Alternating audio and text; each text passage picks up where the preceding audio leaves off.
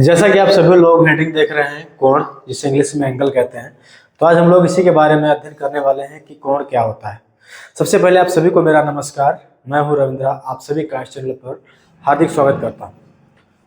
तो चलिए सबसे पहले हम कोण क्या होता है इसको समझ लेते हैं, ठीक है। फिर इसके बारे में हम और आगे जानकारी देंगे, ठीक है। तो लिखा है जब दो रेखाएं या किरणें किसी एक बिंदु पर, ध्यान दीजिए, दो रेखाएं किसी एक बिंदु पर मिले तो उस बिंदु पर बने झुकाव को क्या कहते हैं? कोण कहते हैं।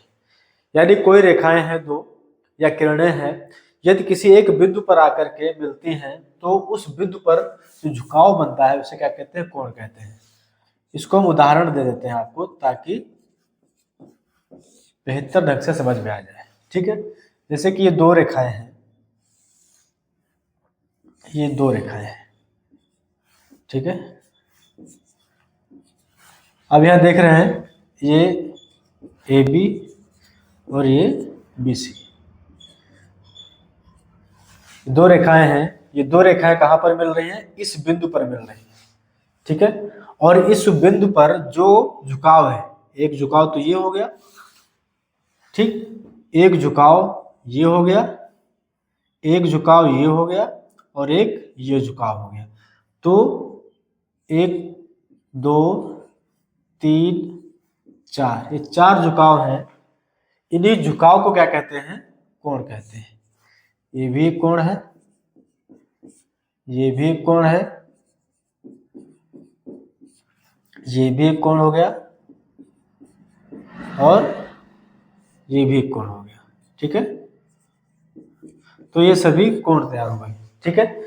समझ में आ गया? यदि कोई रेखाएं या किरणें, दो रेखाएं दो किरणें किसी एक बिंदु पर आकर के मिले तो वहां पर बने झुकाव को क्या कहते हैं? कोण कहते हैं। समझ में आ गया?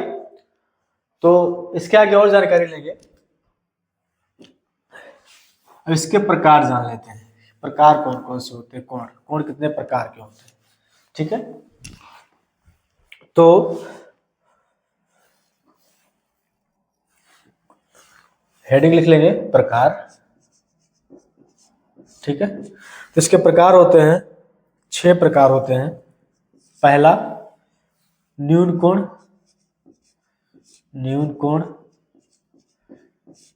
जिसे इंग्लिश में कहते हैं एक्यूट एंगल, एक्यूट एंगल, ठीक है।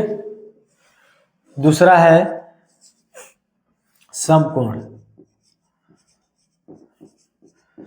इसको कहते हैं राइट एंगल।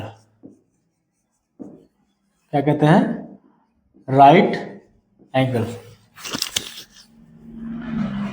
तीसरा है अधिक कोण, अधिक कोण, नोट करते रहिए। इसको इंग्लिश में कहते हैं ऑब्टूज एंगल, ओके। और चौथा जो कोण का प्रकार है वह है रिज कोण, रिज कोण, इसको इंग्लिश में कहते हैं स्ट्रेट एंगल,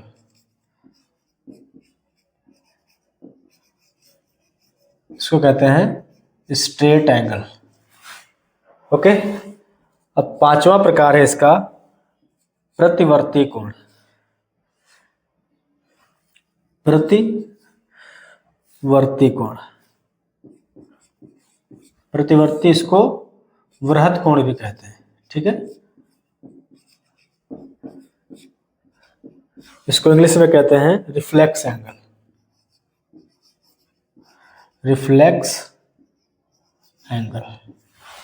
और छठा और अंतिम कोण है पूर्ण कोण,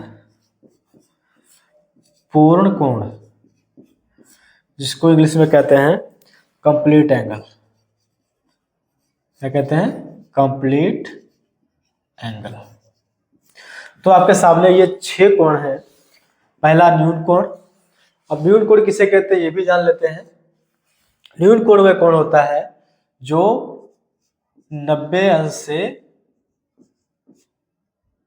कम हो, यानी वह कोण जो 90 अंश से कम हो उसे न्यून कोण कहते हैं। उदाहरण के लिए ये कोण ले लेते हैं ABC, इसका मान लिया 45 अंश है, तो ये एक न्यून कोण है, क्योंकि यह 90 अंश से कम है इसलिए यह एक न्यून कोण है। ठीक है, समझ में आ गया। अब दूसरा है समकोण। समकोण क्या होता है? जो ठीक 90 अंश हो, वह कोण जो ठीक 90 अंश हो।